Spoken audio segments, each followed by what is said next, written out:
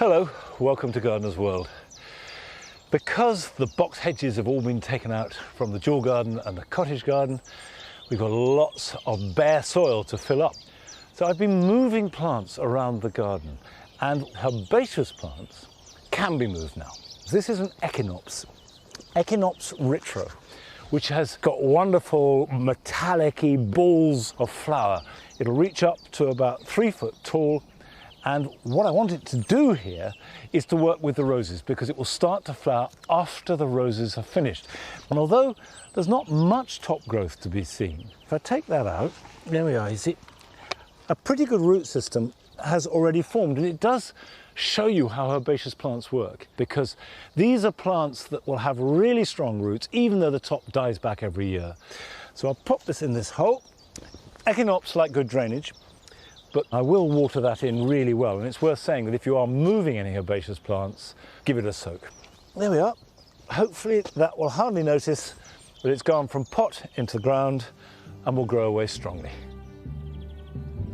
Now, coming up on today's programme, we meet a couple whose shared passion has created a garden that both looks and tastes very good indeed. The garden means everything to me. When I'm out here, I'm in my happy place. I think of my vegetables as my friends. If you're nice to Mother Nature, she will be nice to you. Carol visits the glorious tulip displays at Dunsborough Park in Surrey.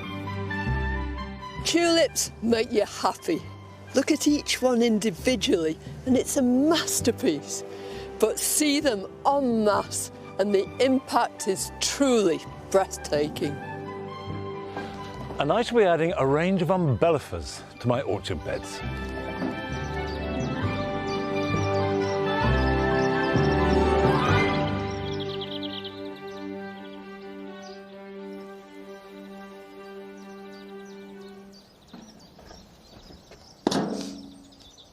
While I am recycling as many plants as possible, I've also bought a few for the spaces, and particularly to complement the roses here in the cottage garden. Planting alongside roses can be quite tricky. Obviously, you don't want anything to steal their thunder. Also, roses do need good ventilation and good light. So if you crowd them with vigorous herbaceous plants, that's not going to do them any good at all. However, if, like me, you grow shrub roses, they will be glorious for about 4 weeks, and then that's it. They've done their stuff. So you do need to add more colour to work both with them and subsequently when they have completely finished. So it's not always easy to get all those mixtures right, but I've got 3 plants here that do the job perfectly. The first is a Nepeta, catmint. Now, there's a very well-known variety called Six Hills Giant, and if you've got sandy soil or chalk, it's perfect. Absolutely wonderful plant. However, if like me you've got clay, the problem with Six Hills Giant is it's too much of a giant and then it just flops. So I've got a variety called Walker's Low, and there is a clue in the name because it is much less vigorous. And although I've never grown it before, I am banking on it not to collapse in quite such a spectacular fashion. Nepeta, like roses, do best in full sun.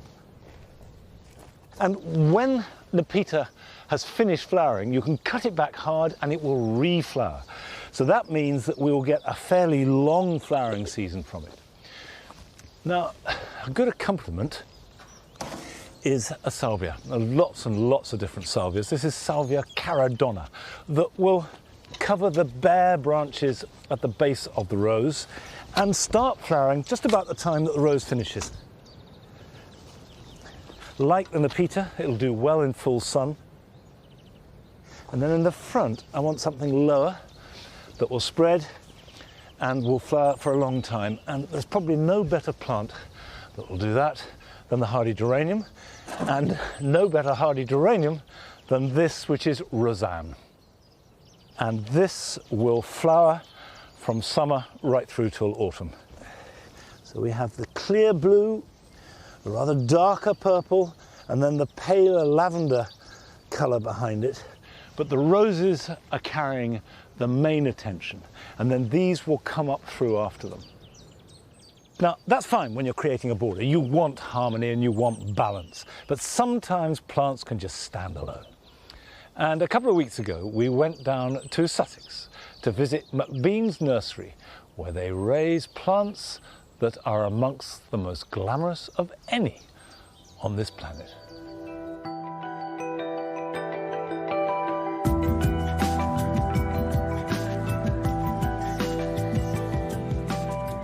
When you see an orchid, you can see it's got a wow factor, yeah? It's just got a bit more pizzazz about it.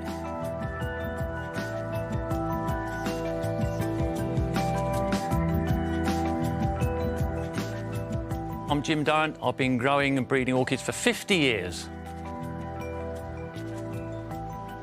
The nursery was founded in 1879. We imported plants from South America, from northern India, up in the Himalayas, and then we've been breeding those plants ever since. So we can trace all our plants back to the original plants that were collected in the 1870s. We grow mostly the cymbidiums, that's this sort of thing here. These are Himalayan plants, they're fairly cool growing. Our climate absolutely suits the cymbidium. They go in the garden through the summertime, you keep them frost-free in the wintertime. Simple as that.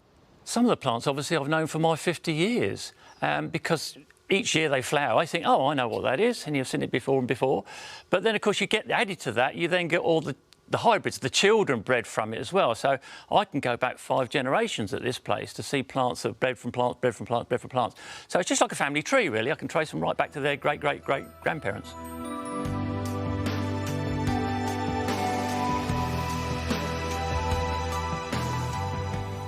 This was the very first one I bred. This is Highland Canary.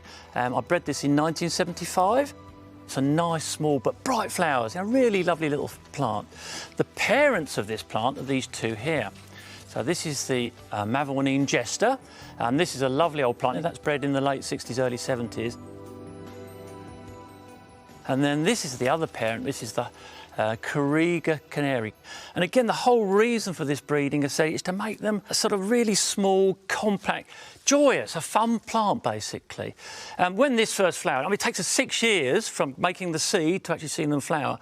We came in early one morning, and I was absolutely blown away. To see your very first cross flowering after waiting 6 years is quite an emotional thing, to be perfectly honest. It's still that buzz today. It's, you know, when you're waiting for new seedlings to flower, it's amazing.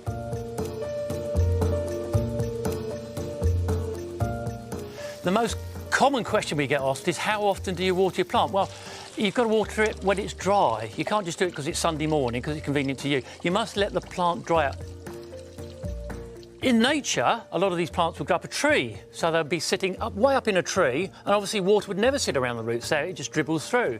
Conversely, some of our plants grow in the ground, but even they're in very stony, open compost or mixes of soil or whatever, and so they, again, would never sit wet. More orchids are killed by overwatering than absolutely anything, so it's much better to keep your plant on the drier side.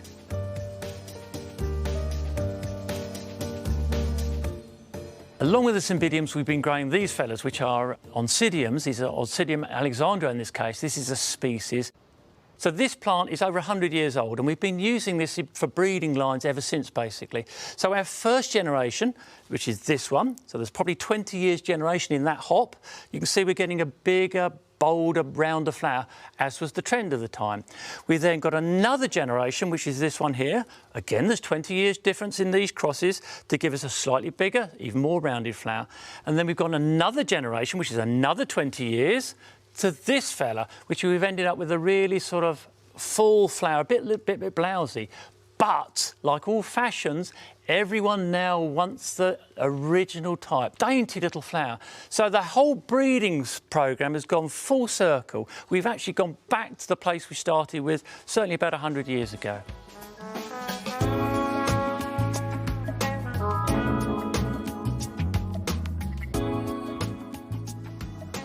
We pollinate these just as nature does. Just in this case, it would be a bee would naturally go in and pollinate the flower.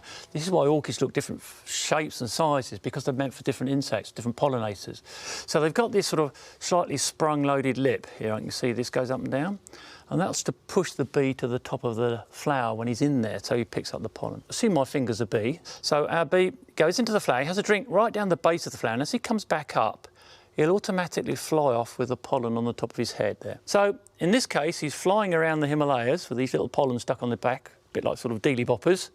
He'll go down and have another drink right down another flower. And as he comes back up there, the pollen is automatically captured by the female bit of the flower, which is hidden under this cap here. And that's done on viscosity. The glue holding it to the bee's head is only half as sticky as the glue on the female bit of the flower.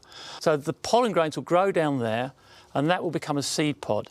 But it will take us a good year to get ripe seed, and then we've got another 5 years growth before we see that flower. From making that cross, we will see that in flower in 6 years, virtually to the day.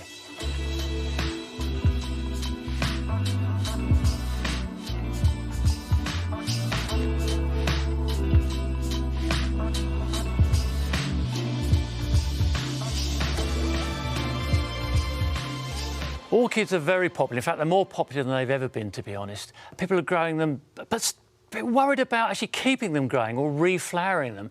They're much tougher than everyone thinks, to be honest. People are a bit frightened by the word orchid. I think that's the problem. But once you understand where they come from, you know, is it a warm-growing plant? Is it a cool-growing plant? That gives you an idea of how they would naturally grow. So that's how you've got to follow that sort of temperature regime. And generally, orchids want a very good clean water. So we use rainwater, and then we add an orchid feed to that. And it must be an orchid feed. A normal household feed is far too strong for them. And we grow in a very, very open mix, a very barren compost. And we always underpot. We like to keep them in really tight pots because they don't make a lot of root, and they flower better when they're slightly restricted. Nothing has full summer light. We always give it good shade right through the summertime. And that really goes for all orchids. They will follow those sort of conditions. I've been growing orchids now for 50 years, and to be honest, they still fascinate me. I think they're an amazing group of plants. They're sort of just something different about them. You buy a bunch of flowers, they last you a couple of weeks, but an orchid will last you a lifetime.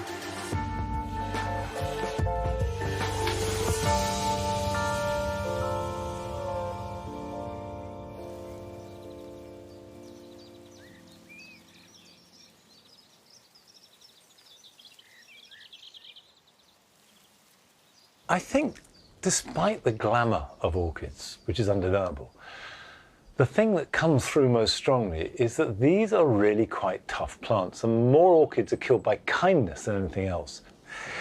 Now, I've got here a tray of dahlias. These are cactus-flowered mixed dahlias that I sowed 3 weeks ago, and I hope that lots of you sowed them along with me too.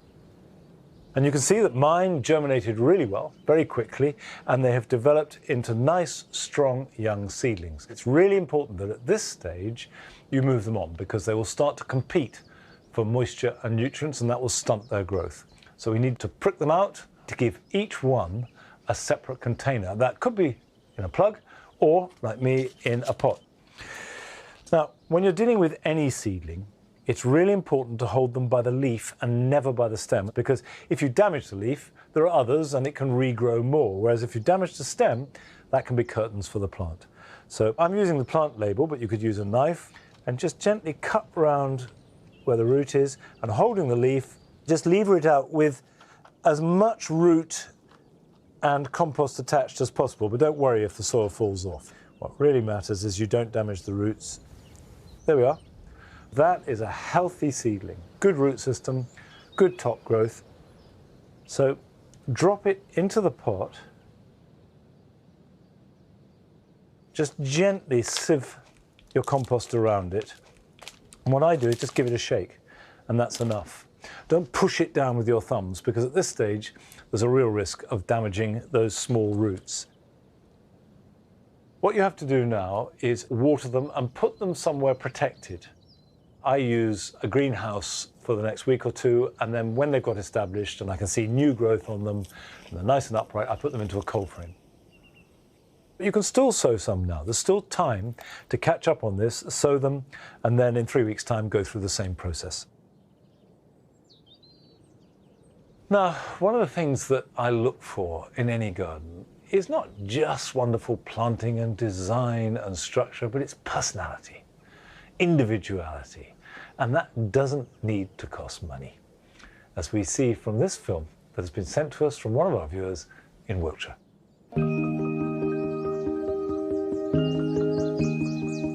Hello everybody, my name is Farida. We live in Wiltshire. During this lockdown, and for the first time in 4 years really, we've tried to redesign the garden and reuse all the things that we've had just lying around, including our old front door, which was replaced a few years ago. So we've just attached it to the fence at the end of the garden to make it look like a secret entrance to somewhere else. We've used old tyres and pallets, cushion to create a secret seating area. So here's using another old kitchen utensil for growing purposes. So this is an old colander that somebody was throwing out, which I've got. It's got lots of holes in it, so I don't want all the water to drain out too quickly. So what I've done, just used an old plastic compost bag. So I fill that up. And I'm going to be planting some coriander seeds today. Coriander's really good because the more you cut, the more you'll get. And then I'm just going to water it.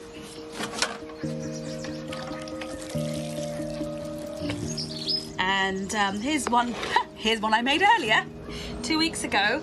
So this is a chimney cover actually that fell off from our chimney last year. So I've just put some moss in it, and then this is 2 weeks worth growth of coriander there.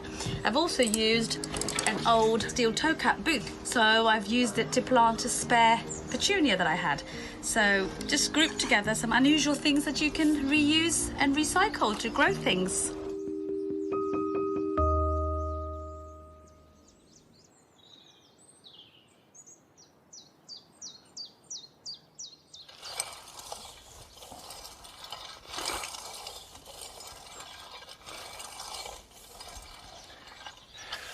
There's no question that we tend to think of plants needing a proper pot. The truth is, you can grow plants in absolutely anything. Well, in this bed, I am sowing members of the carrot family. So this ground has been dug over lightly, and I'm just raking a fine tilth, which means there are no clods or stones that are going to stop these very small seedlings growing. That can go there. And now I'm going to start by sowing some parsnips. This is a variety called Tender and True, and it's really reliable and delicious. Now, parsnips need warm soil to germinate, and if the soil is cold to touch, then it's not time to sow parsnips. So I make a drill just by running my fingers through the soil like that. Ideally, each parsnip is going to end up about 3 to 4 inches apart. So sprinkle the seed as thinly as you can.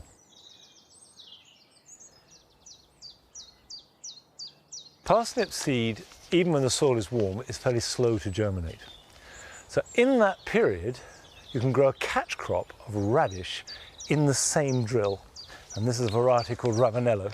And literally sow them on top of the parsnips. And they will germinate very fast and be ready to harvest before they start to compete with the parsnip. Now, I'm going to flip the board over like that and like that, and I can get another couple of rows in.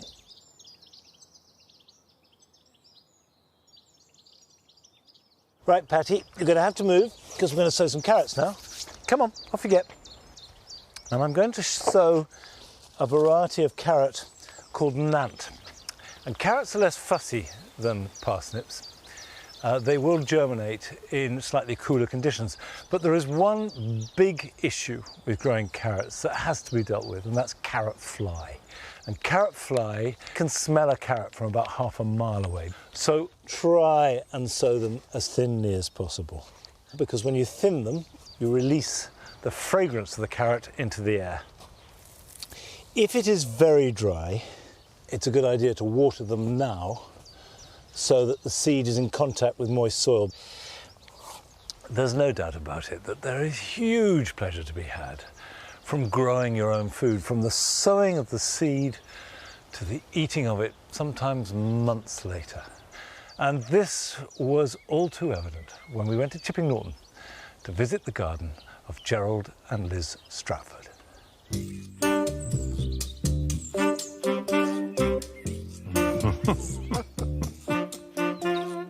We both love this place. This is our heaven, our absolute heaven.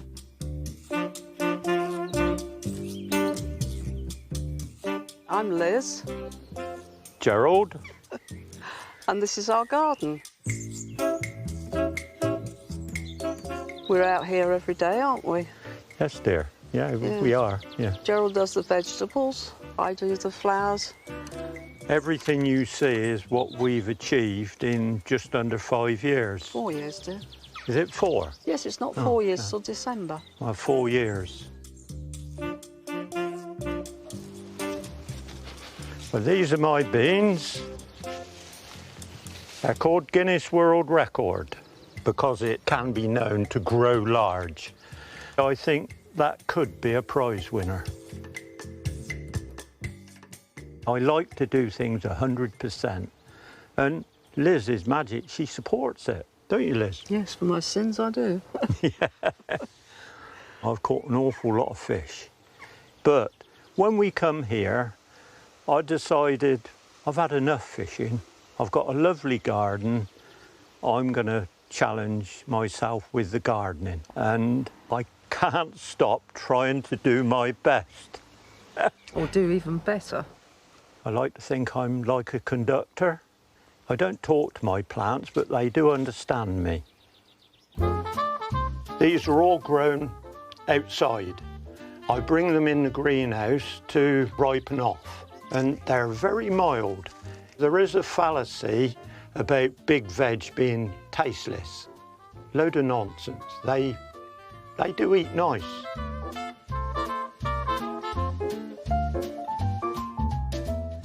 I particularly like root vegetables because you never know what's below the ground until you lift. You're seeing all your work come into fruition. It's the end result. You've achieved something.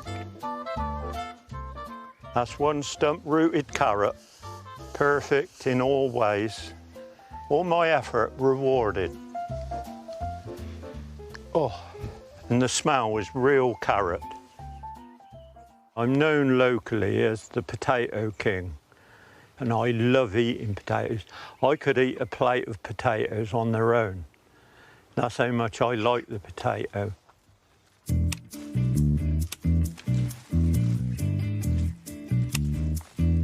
There are 3 main types of potato. First early, second early, and main crop. The first early, you plant early and crop early. The second early is a slightly later potato. These are the pink fir apple, main crop. Lovely, waxy salad potato. They grow in very hard shapes. You just scrub it all off and cook them in the skin. They are beautiful. The potato king is showing his prowess now. You can store any potato, but just make sure they're dry.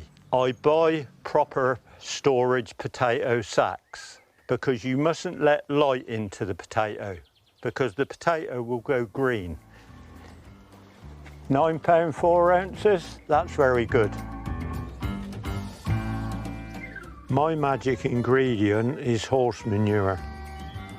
Horse manure, composted turf, and the green compost which we make from all our vegetable matter.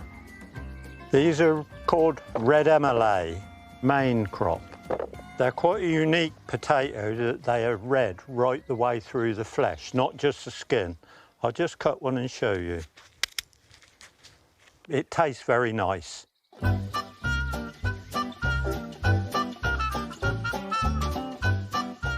These are main crop potatoes. The main crop will grow from planting in 110 days. Most main crop potatoes are harvested August, September. These are Sarpomira. Oh, beautiful. Some people say potatoes don't smell. I think they do. If it looks nice, it will eat nice.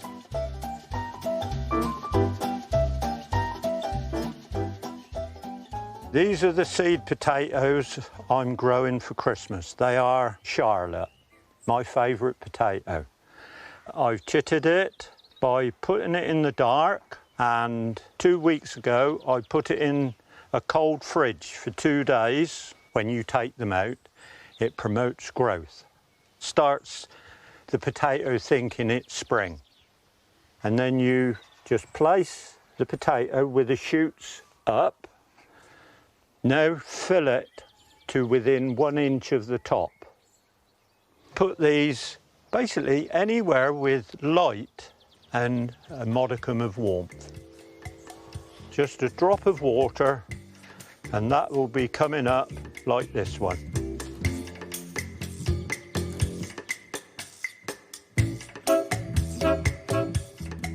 The garden means everything to me. When I'm out here, I'm in my happy place. I think of my vegetables as my friends. I love them, I give them all my attention, and everything's got a soul. If you're nice to Mother Nature, she will be nice to you.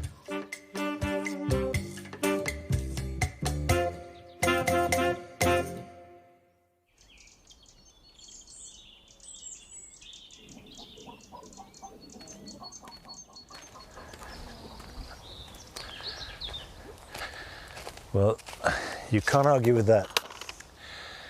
And if you fight nature, you will always lose. So you might as well work with her.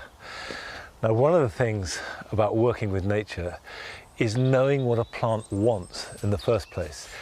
And these are blueberries growing in pots because what they really want is an ericaceous, acidic soil. And here at Longmeadow, we have a fairly neutral soil. And that means that they survive when they're planted in the ground, but they don't thrive. So I created my own ericaceous mix, and I top dress them every year with some composted bracken. This is a commercial ericaceous compost made from bracken, and you can also get an ericaceous compost made from pine bark, and both work really well. This powder you can see on it is actually ash from the fire that I put on all the soft fruit because it's high in potash, and that helps them flower and fruit. So if I just spread a layer with some composted bracken, it both acts as a mulch and a feed. Now, it is worth saying that you can't change the nature of your soil. That is impossible. So if you have an alkaline soil, it doesn't matter how much top dressing of bracken or pine bark you put on it, it's not going to make it acidic. It'll just make it slightly less alkaline. But if you grow it in a container that is already acidic, you can sustain that with this kind of top dressing. Now, houseplants have become incredibly popular over the last few years, particularly amongst a younger generation. And we've been sent a film from a gardener who loves plants and has lots of them and lives in a flat. Hi, my name is Emma and welcome to my indoor jungle. Living in a top floor London flat, I don't have any outdoor space. So, in order to keep nature in my life, I have houseplants. Over 100. I can't stop. This greenhouse cabinet is great because you can really control the climate within it. I have a humidifier set up inside. I like to keep it somewhere between 65 and 80% humidity because a lot of the plants in this cabinet are tropical plants. So I have kitted it out with grow lights. I've also installed 2 fans for air circulation in the cabinet. Let me show you a few things that I have inside. This is one of my most prized plants. This is a Monstera albo. When this was growing outside of the cabinet, the white variegation on its leaves started to turn brown and get crispy. And that's because the humidity and the light just wasn't right for it. In the cabinet, it's the perfect environment. These are string of hearts cuttings that are propagating in moss, and they absolutely love the higher humidity of the cabinet. The last plant I want to show you is my Cissus discolor. I got it as a 1-leaf cutting 2 months ago, and it's got 8 leaves already, and I love it. Houseplants have really been my saving grace over this past year. With lockdown and everything, I haven't been able to go outside as much as I want to, so kind of bringing nature inside has really helped. Also, taking care of them is such a meditation for me. I can kind of not worry about the outside world and just really focus on taking care of my plants.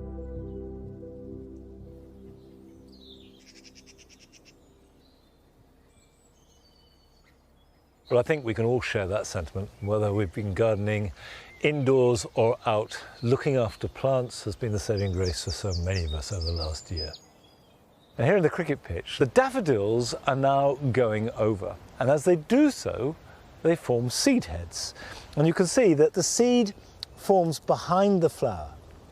And if you're growing these in a pot or in a border, it's a really good idea to snap them off. Just with finger and thumb, remove it. That will mean that the foliage and the green part of the stem will photosynthesize and take all the goodness from the sun and feed next year's bulb. However, if you're growing them in long grass, as I am these, you want to leave the seed heads because you want the seed to ripen and spread and form new plants. And it's really a trade-off. If you want lots of smaller flowers, you leave the seed heads on. If you want fewer but bigger flowers, you just pinch them off. Still to come on today's programme, we return to Brighton to visit the garden of Kate Bradbury as she puts the finishing touches to her urban wildlife retreat. So in my pollinator border, I grow things like crocus in spring, winter aconite. In summer, I go lavender and catmint to take that season right up to the end of the year.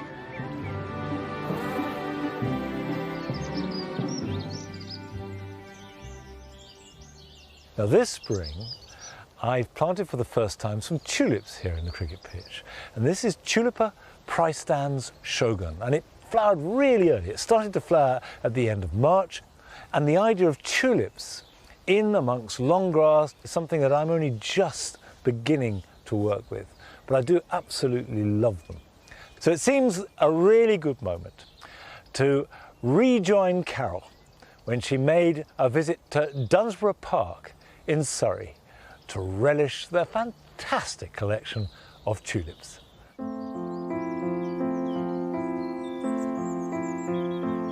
Tulips make you happy. They're one of our most popular bulbs and surely the most charismatic by far. They're so diverse and the colour range is unbelievable. Look at each one individually and it's a masterpiece, but see them en masse and the impact is truly breathtaking. The tulip is a member of the lily family, and there are around 75 species with many more hybrids. They come in a myriad of forms and are divided into 15 different groups with names like Double Early, Darwin and Triumph, which reflect differences in their flower size, structure, form and habit.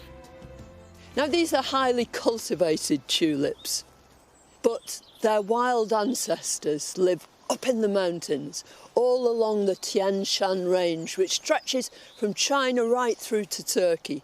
And winters there are freezing cold, whereas summers are hugely hot. And that's exactly what tulip bulbs need. They've evolved to live under those conditions. The more we can replicate those conditions, the happier our tulips are going to be. Tulips are such magical bulbs to incorporate into your garden and so brilliant to mix with other plants. How about that for a vivacious combination? It's full of the joys of spring. This gorgeous creamy white tulip is Purissima, otherwise known as White Emperor. And here it's accompanied by a classic daffodil. This is Thalia, one of the Triandrus stuffs, and it's just so gorgeous. And then if you look underneath, this is a really exciting part. You can see the things that are going to take over from the tulips when they're finished. There's big clumps of geraniums here, and the whole thing is overlooked by these gorgeous wisteria. It's just delightful. It makes you wish you'd done it yourself.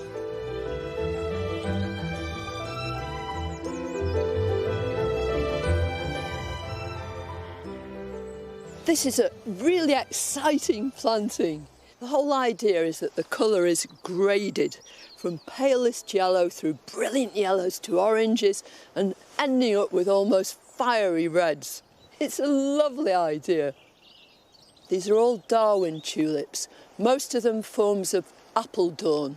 If you see any tulip with appledorn in its title, you can bet it's going to be a really grand tulip. I love the way they've used it so simply with this blue muscari. You don't even need a garden really, just in a container. You're planting up your muscari and your tulips at the same time and then waiting for the next spring to let them rip.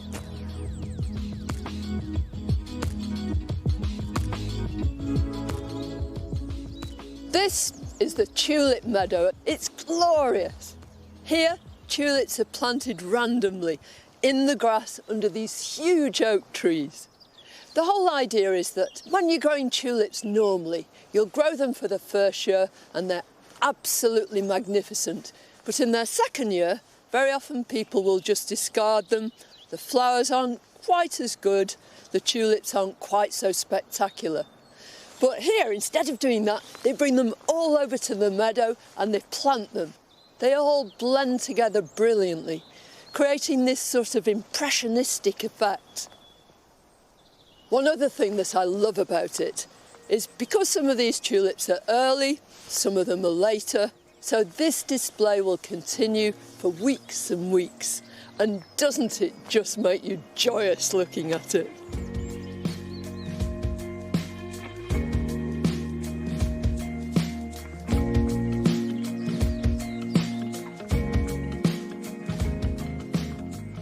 Everybody can grow tulips successfully.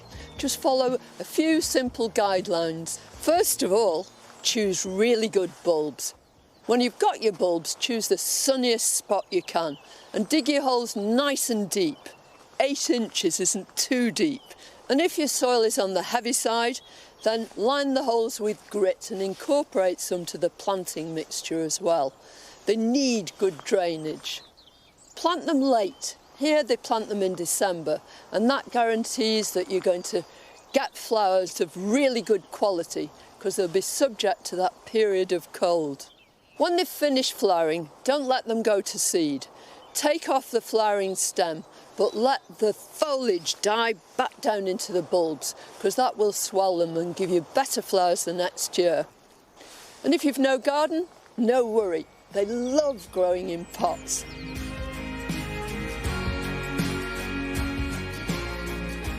I love tulips. I love their colour, their diversity, the difference in their forms. They are beautiful, and at this time of year, nothing can hold a candle to them.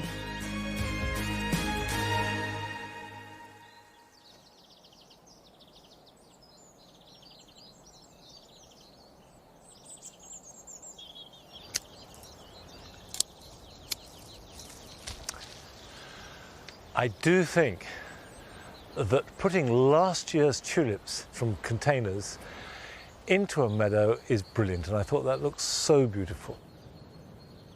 Now, I'm often asked the best time to prune hydrangeas. Well, there are different types of hydrangeas and there are various different pruning regimes, but the vast majority, which includes all lace caps and mop heads, should be pruned now.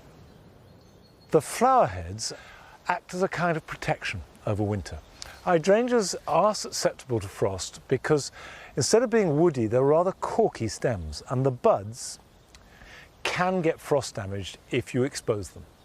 So the first thing to do is to cut off the flower heads and then reduce them down by about 1/4 or 1/5, cutting back to just above a shoot. And while you're doing it, you can cut harder on any weak or spindly growth. Hydrangeas like light shade, they're sort of woodland edge plants, but they don't like drying out. And if your hydrangea is doing badly, the chances are it's too dry. Now, if you've got an established plant, it's a good idea every year to remove some of the older growth right back down to the ground. And that means that new growth will replace it, and that way the plant is constantly being renewed. The vast majority of hydrangeas produce their flowers on growth that was made the previous year. There are, however, a few hydrangeas, such as Hydrangea paniculata, that does the opposite. Its flowers are produced on new growth. And if you're confused by that, or you're just not sure which type your hydrangea is, then don't prune it. Watch it, see whether the new shoots made this summer carry flowers or just foliage. Then, having sorted that out, you'll know next spring whether to prune or not.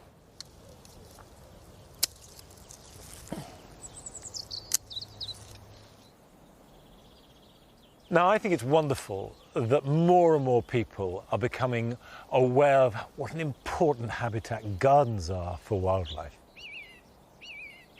But I know that if you live in the country or the suburbs, that can feel a lot easier to achieve than if you live in the middle of a busy city.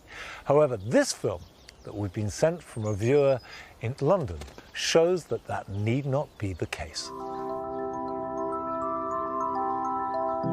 Hi, I'm Morgan, and this is my garden in sunny South London.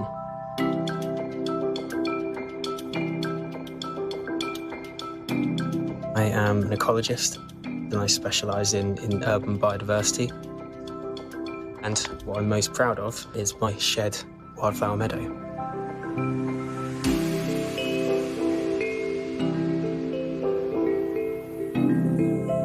Firstly, I made my own substrate.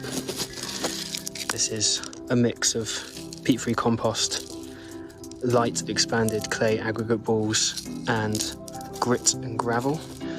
So what this effectively does is create a low nutrient but high water retaining substrate for all of these wildflowers to grow in. The low nutrient element prevents grasses from taking hold. I've created this frame that was just a salvaged old shipping pallet and bordered it with these Caledonian cobbles. And then I also threw in some old woolly jumpers to provide some water retention. Mostly this is a recreation of the kind of brownfield sites that you find out towards East London. And it's more or less as simple as that. That was my wildflower roof. I'd encourage everyone to do the same, particularly if you're running out of space like me in a small garden. Thanks for watching my video.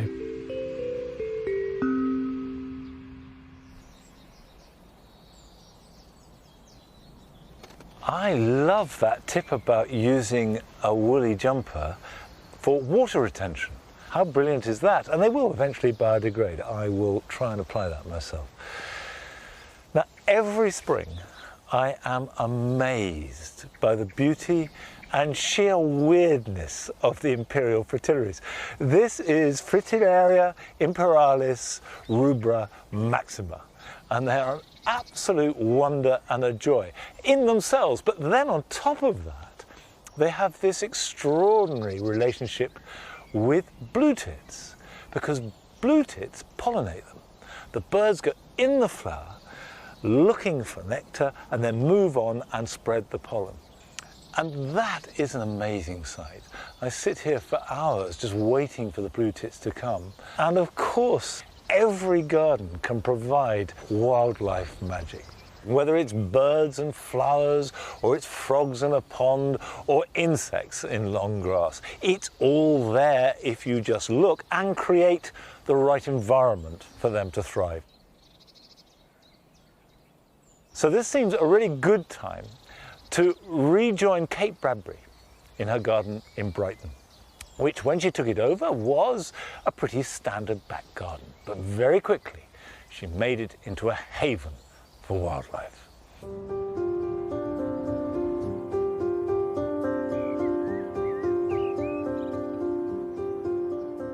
When I first moved in, it was like a fairly standard back garden. There wasn't much going on, there wasn't much life.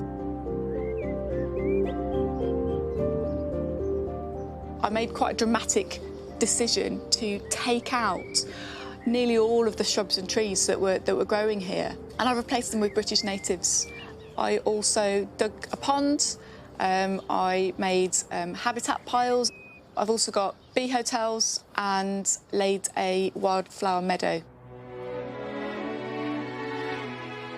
The meadow has been the second most significant addition to my wildlife garden. The pond had made a huge difference just in terms of the amount of birds that came in. Hedgehogs were coming in and drinking from it. It's been a real centre of the garden, but the meadow as well. I've got things like oxeye daisy, I've got loads of different grasses, I've got buttercups. I think we should be more tolerant of plants that we traditionally regard as weeds. Even in a small garden, there's always a little tiny corner where you can grow a little patch of nettles or let dandelions flourish, because just having these small areas of weeds or wildflowers really benefits a whole host of species. A lot of people think that wildlife gardening is growing flowers for bees and butterflies and hoverflies and things, and that's a huge part of wildlife gardening. But it's only half of the story. It's all very well growing flowers for the adult butterflies, but if you don't provide leaves for the butterflies to lay eggs on, for their caterpillars, then you're missing a vital part of the food chain. Caterpillars are right at the bottom of the food chain, so not only are you providing habitats for the whole life cycle of the moths and butterflies to complete, you're also providing food for all the species that eat the caterpillars as well.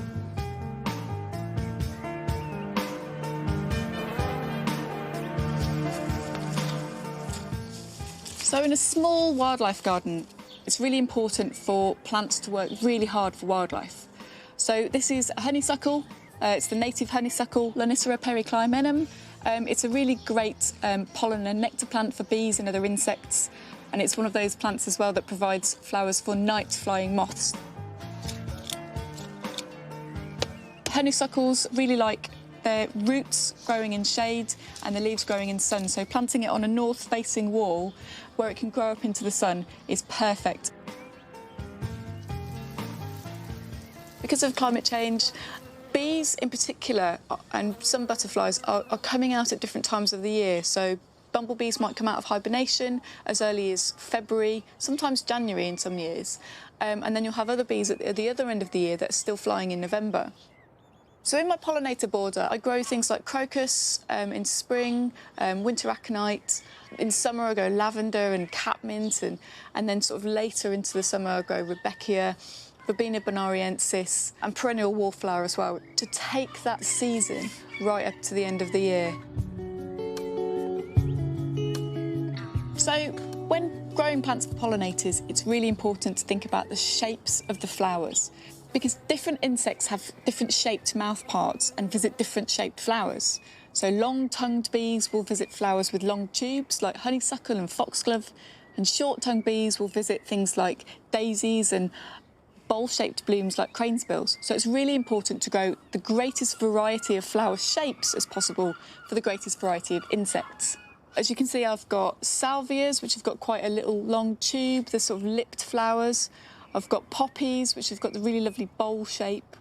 We've got red campion in the foreground, white campion, and then catmint as well, which is really lovely lipped flowers. Lupins, when they flower, they've got quite interesting flower shapes, which long-tongued bees really benefit from as well. So I'm just going to plant 3 here and just have a really nice variety of flower shapes.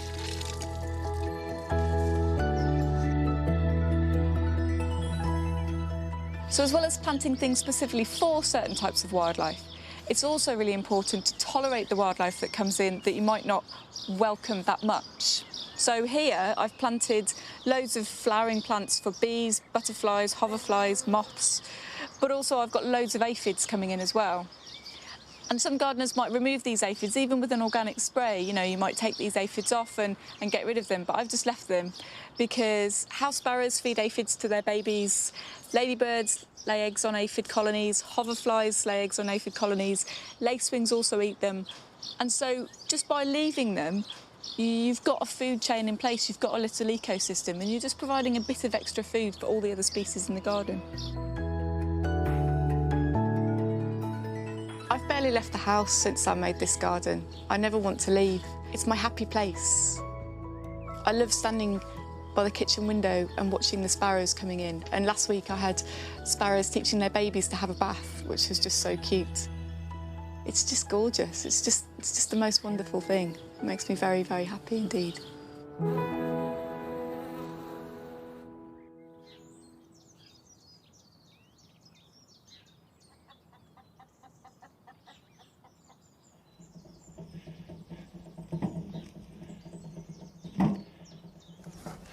I think one of the unexpected benefits of the last year, and there haven't been many, has been that a lot of people have realised that quietly observing the natural world in their back garden is incredibly rewarding. It's not just about doing good for wildlife, it's the good that wildlife does for you. Now here in the orchard, we're in the process of making a wildflower meadow. And to that end, we've got lots of bulbs. The first daffodils are going over. There are more that will follow. We've got tulips almost opening. There are camasias, and then lots of annuals and perennials that we sowed here, along with the yellow rattle, which stops the grass growing too strongly. But we do have a problem. And wildflower meadows are not that easy to make. You've got to garden them. You've got to nurture them. And at the moment, our biggest problem is one plant which on its own is fine, but en masse is a bit of a weed, and that is the common hogweed. It will grow to about 2-3 foot tall, lovely white umbellifer flowers, rather like cow parsley, which I adore. And you can tell the difference between cow parsley and hogweed. Hogweed has got rather a crude leaf, whereas the cow parsley is very filigree and fine. But the cow parsley doesn't spread as virulently, and hogweed leaves will blanket out everything else. Now, giant hogweed is prescribed. It's enormous, it can grow to about 15 foot tall, and the combination of its sap and sunlight can cause really nasty burns, particularly if you've got tender skin. So if you've got that in your garden, you should inform the authorities and have it removed. The common hogweed can cause burns, much less likely to do so, but if you've got very tender skin, perhaps you should handle it with gloves. There are too many here to weed out individually, so what I'm going to do is deadhead it before it seeds, and that would be round about the end of May, beginning of June. But you don't need a wildflower meadow of any size to include umbellifers in your garden.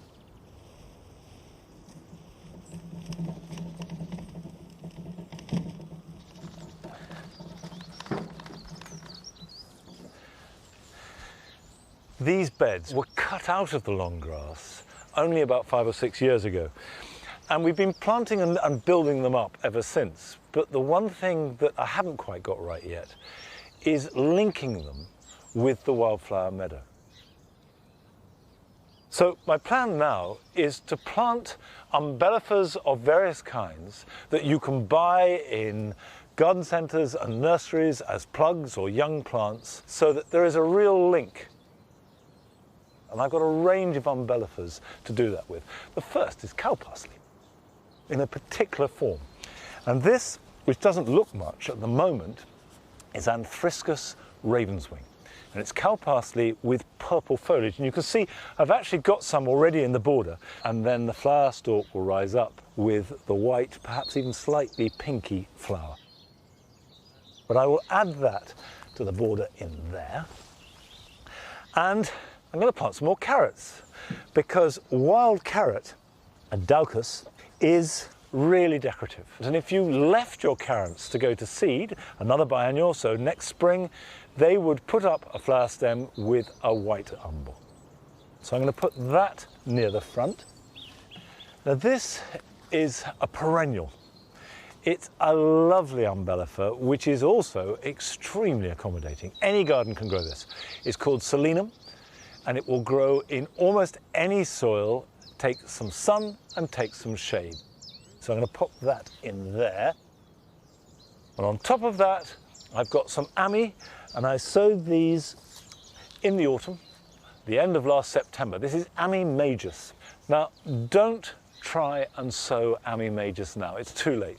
But the good news is that you can buy them as plants, and also Ami Visnaga you can sow now and it will flower in summer for weeks and weeks. Right, enough talk. Let's get on with some planting. And while I'm planting these, here are some jobs that you can do this weekend.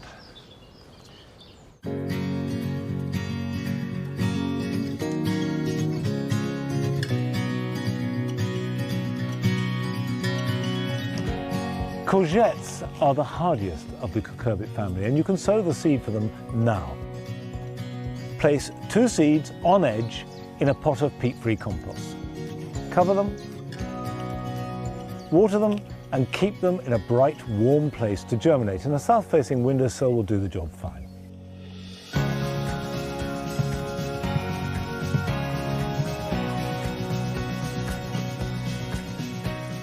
Now is the time to cut back penstemons, just as you start to see new growth emerging at the base of the plant. Now be brave, cut right back hard, removing all of last year's growth to let light and air into the new shoots.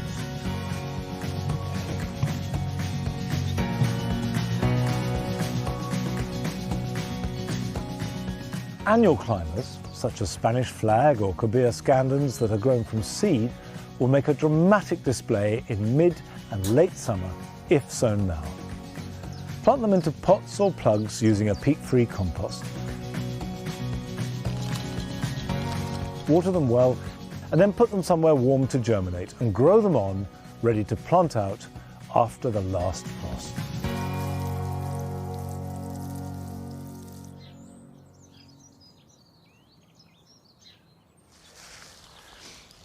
This is an allium that I'm digging out of the jewel garden. Allium Purple Sensation, which is a beautiful plant. And when it's in flower, it's one of the best things in the garden. Originally, about, 25, 26 years ago, we planted 100 bulbs in here. And for the first few years, they were just a glory. We wished we had more, we wished it would spread. Well, be careful what you wish for, because it has spread with a vengeance. Anyway, I'm digging some up here because I have a cunning plan. Next week, I shall be planting a hedge. It's going to be evergreen, and this is a really good time of year to plant evergreen hedges. But before you plant any hedge at any time of year, it's really important to prepare the ground well, to get rid of any perennial weeds, because once you've planted the hedge, if the weeds are in amongst the roots of the hedge, you will never get rid of them. And I suggest doing this a week before you start to plant. And then if any weeds you've missed are there, they will come up and you can just give it another weed over before the planting begins. Well, it's just as well we've got to leave this for a week or so, because that's it for today. But join me here at Longmeadow next Friday for some hedge planting. Till then, bye-bye.